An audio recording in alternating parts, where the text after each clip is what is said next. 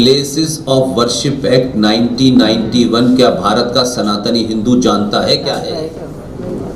किसी को पता है?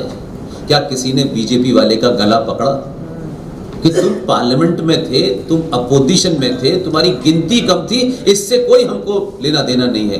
क्या तुमने पिछले 10 सालों में अपने समाज के अंदर बैठ करके आपस में भी इस पे चर्चा की कि प्लेसेस ऑफ वर्शिप एक्ट 1991 क्या है? तो तुम्हारे पास इंफॉर्मेशन ज्यादा है, हमारे पास कम है। तुम उस इंफॉर्मेशन को अपने समाज में तो बता सकते थे, उसका हल निकलता नहीं निकलता ये महत्व नहीं है। मैं कौन सी किसी बात का हल निकालता हूं? मैं तो कोई हल नहीं बता सकता, लेकिन उन्होंने नहीं बताया।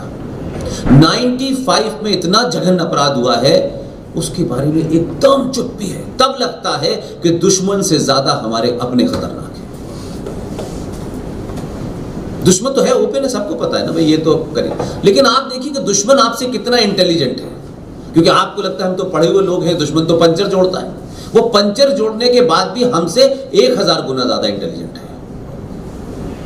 इसलिए ये कह के कि हमारा इससे क्या लेना देना है, ये ऐसे, ये कह के आप अपनी कायरता नहीं छुपा सकते। प्लेसेस ऑफ वर्शिप एक्ट के बाद जो 1995 में 1923 के वक्फ प्रॉपर्टी कानून में जो अमेंडमेंट हुआ है, वो उसके हिसाब से ये जमीन आपकी नहीं है जिस जमीन पे आप बैठे हैं। कोई सुनना ही नहीं चाहता, चुप चुप चुप चुप, बस पुष्पेंद उठा रहे, बहुत, ये तो आईएसआई के एजेंट है। खुद नहीं उठाएंगे क्योंकि स्वार्थ शामिल है, दूसरा उठाएगा तो उसके बारे में मिस इंफॉर्मेशन, डिस्क्रेडिट, क्योंकि हम ठेकेदार हैं, इसलिए कोई नया कैसे पैदा हो सकता है? ये बीमारी इस समाज का है। मैं मानता हूं कि अगर मेरे जैसे करोड़ों भी पैदा हो जाएं तो मेरा जितना सफर है मैं समझूंगा सार्थक है। वो कौन है क्या है मुझे उसमें इंटरेस्ट नहीं है, कौन क्रेडिट लेगा नहीं लेगा, आई एम नॉट बॉदर्ड।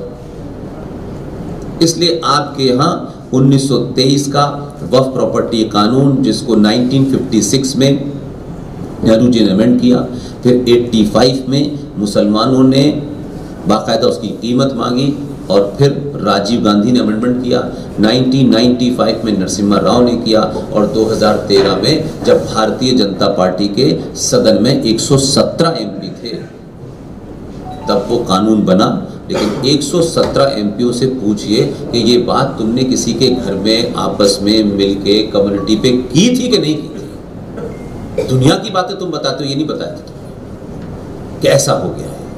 और आज जो भी कुछ हो रहा है ना, वो ऐसा लगता है कि हम अभी भी कह रहे हैं ये ऐसा क्यों हो गया, ये मस्जिद यहाँ क्यों बन गई, ये हाईवे पे क्यों कवर बन गई, और हम पुलिस से कहते, पुलिस कहता मैं तो गिरफ्तारी नहीं कर सकता, इसमें कानून ही नहीं कोई, ये तो लीगल है। वक्फ प्रॉपर्टी कानून के तहत उसमें जो क्लॉज है, जो कानून बन गया है, उसके तहत ये है कि वक्फ प्रॉपर्टी बोर्ड के जितने भी कर्मचारी हैं, एक तो वो पब्लिक सर्वेंट है,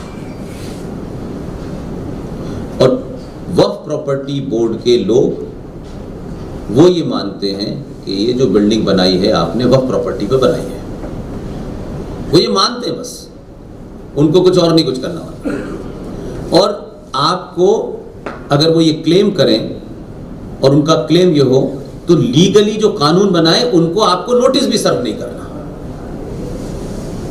उनका मान लेना और कॉम्पिटेंट अथॉरिटी को ये दे देना कि भाई ये जमीन हमारी है, और आपको वो नोटिस दें, ये उसमें कंपल्शन नहीं है। और 3 साल के बाद आपको पता नहीं है, आप अपने भजन वजन में मस्त हैं, 3 साल के बाद वो कानून जो पार्लियामेंट में पास हुआ है उसके तहत जो एरिया की कॉम्पिटेंट अथॉरिटी है, वेदर इट्स डीएम और एसपी और what ever you call it, वो आपको धक्के मार के इस बिल्डिंग से बाहर कर देगी। और आप अगर नहीं निकले तो उस कानून में एक शब्द लिखा हुआ है सेक्शन 40 के कि यू आर ए इनक्रोचर।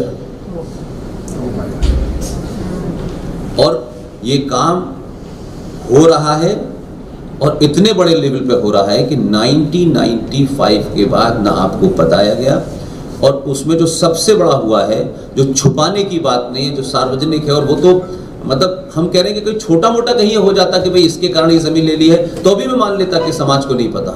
लेकिन 90 करोड़ हिंदू समाज शादी करके ताजमहल देखने तो जाता है।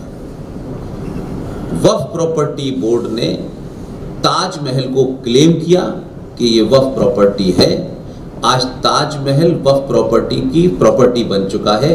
भारत सरकार का archaeological survey of India supreme court में लड़ रहा है, मिलेगा नहीं वापस आपको। उसकी मेंटेनेंस का करोड़ों रुपया मेरे और आपके टैक्स से है, लेकिन उस पे आने वाली कमाई वक्फ बोर्ड के पास चली गई है। कोर्ट जुरिसडिक्शन बाहर है, आप जा ही नहीं सकते, कोर्ट में नहीं जा सकते। ऐसे कानून तो जहां बन जाए वहां मुसलमानों को क्या जरूरत पड़ी है कि चुनाव जीत के अपना प्रधानमंत्री बनाए। आप अपना प्रधानमंत्री बना करके भी हजारों काम नहीं करा पा रहे आज, जो लीगल है, जो संवैधानिक है।